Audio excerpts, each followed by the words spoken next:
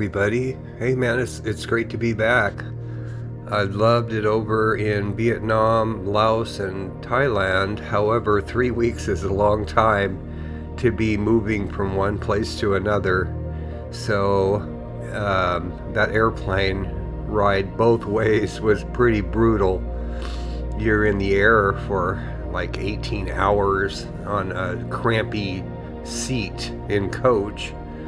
But anyway, what I've been doing the last 2 nights, and I have been doing this before this, is just showing what goes on with just aiming the camera in a location that I feel is potentially good for catching something. And more times than not, it is. And that's why I mentioned it'd be nice to have the producers of A Terror in the Sky come and set up the same experiment here in Las Vegas that they did in Catalina Island.